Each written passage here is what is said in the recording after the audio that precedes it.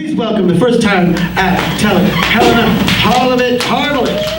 Ellen is a nurse that I work with on the night shift.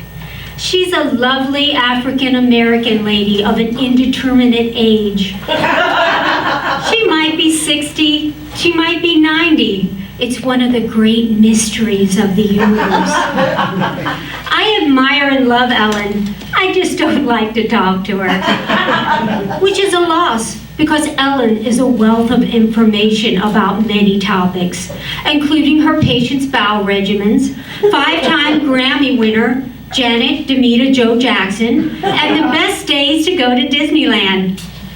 After I clock in, the first thing Ellen says to me is that my patient from last night was discharged home. Ellen likes to stay updated on the status of every patient in the hospital, even though she has only assigned 4 of them. That poor lady had been suffering with a high fever for 6 days. 6 days! And the doctors could not help her. And now she is fine. Absolutely fine. It's a miracle.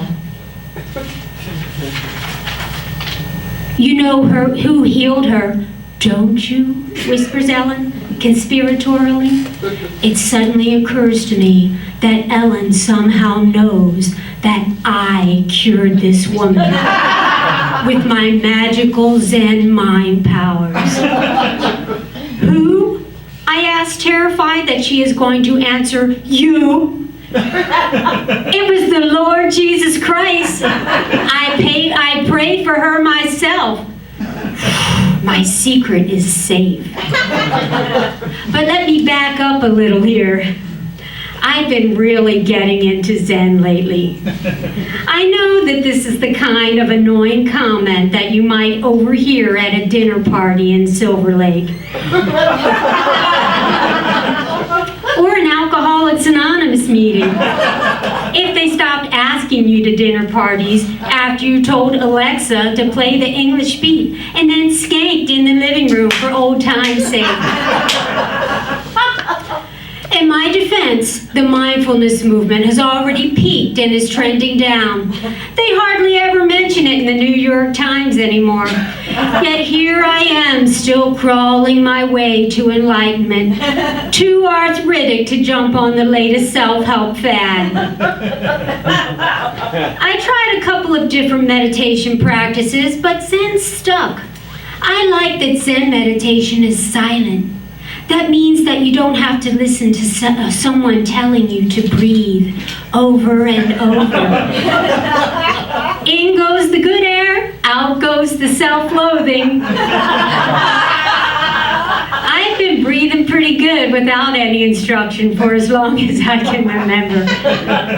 In Zen practice, you just sit, quiet and still. I like people best when they're not talking or moving around.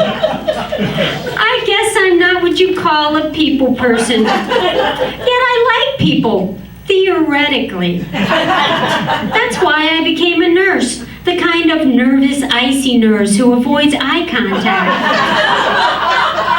And who forgot your IV morphine because she was busy eating a dead patient's candy.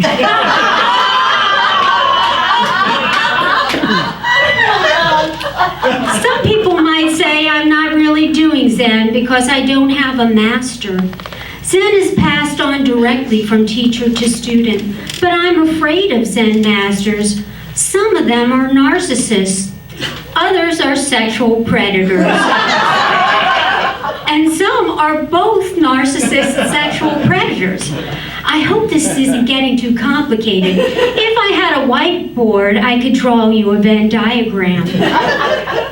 I imagine I would feel very hurt if a spiritual teacher I trusted sexually harassed me. On the other hand, if he didn't, that might also hurt. I don't like to be reminded of the fact that I'm too old and unattractive to pose a risk to a man's reputation. You really can't win with me where sexual harassment is concerned. Yet I do have a confidant. Tim is a Zen priest who I also consider a personal friend. He either genuinely likes me or is good at hiding his revulsion. Either way, I appreciate his efforts.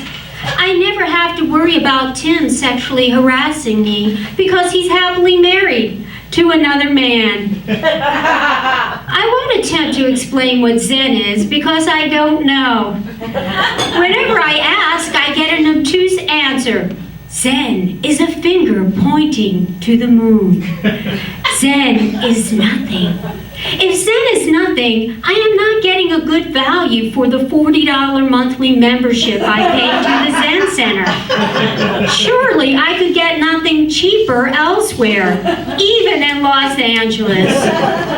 Despite my confusion, Zen seems to serve some important function in my life. Right now, it's a corrective to a malignant fatalism.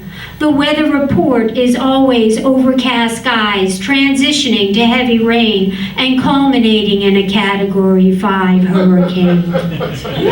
Yet I can't actually predict the future. No one can. Not even someone who got a pretty impressive score on an IQ test that was posted on Facebook.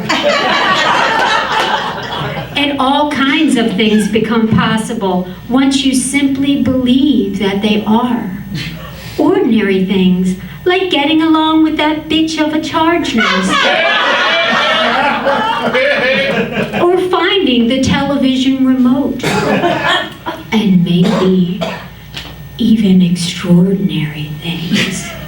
You hear rumors in Zen.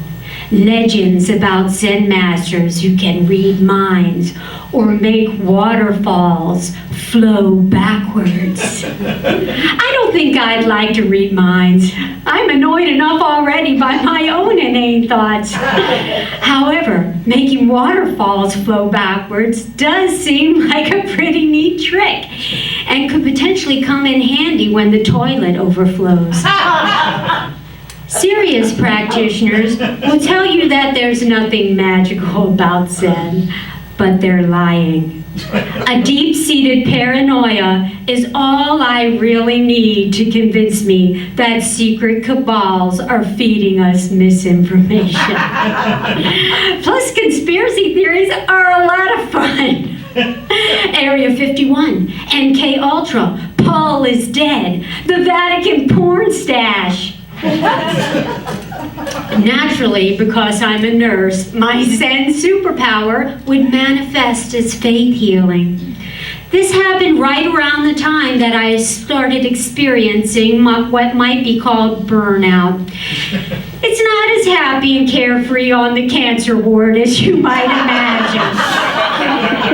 Some days are just a stone cold drag. So I was reading a book on meditation, and it made a distinction between empathy and compassion. Yes. Empathy, it explained, was when you share someone's feelings. Compassion, on the other hand, is empathy combined with the intention that they will get better. Empathy is draining, but compassion is energizing. That's it, I thought. This is why being a cancer nurse turned out to be such a bummer. I feel deeply for my patients, but I don't actually want them to get better. I got super excited about this idea. The kind of excited that I should recognize by now is a huge road sign reading, "You are entering Crazy Town. Population 1/2. In hindsight, this is absurd, because I have always desperately wanted all of my patients to get better, even the assholes, if only because it makes me look good. But at the time, I couldn't wait for my next shift to start experimenting. My very first subject was the woman with the idiopathic fever. I helped her to the commode, and while she was urinating, I placed my hands firmly on her shoulders, and with every bit of my psyche, I willed her to get better. I imagined this intention as a white light that moved from my body into hers. I imagined it, and I felt it. Then I helped her back under the covers. A couple of hours later, the nurse's aide reported that the patient's temperature was normal. I went in to take a look. Her eyes and her mind were clear. "How do you feel?" I asked. "Good," she nodded. "Can I have some Jell-O?" "Okay," I responded. "What flavor do you want?" Red. In the following days, I was elated, but also somewhat anxious about my new ability. I desperately needed to confide in someone who might understand what had happened and be able to provide some insight. So I called Tim, my Zen friend, from inside my car in the parking lot of the hospital. And he listened while I told him the whole story. Then I asked him point blank, "So, what do you think, Tim? Did I cure this woman with the power of my intention?"